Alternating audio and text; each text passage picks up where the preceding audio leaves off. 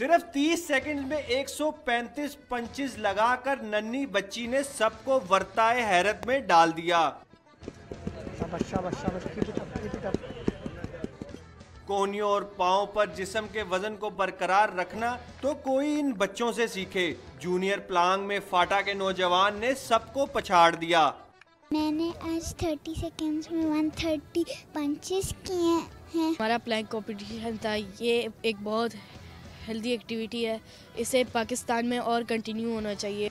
मुंतजमीन का कहना था कि पाकिस्तान में पहली मर्तबा नेशनल इंडोरेंस गेम्स का इनेकाद किया है, जिसका मकसद जिम्नास्टिक और एथलेटिक्स में नए टैलेंट को आगे लाना है।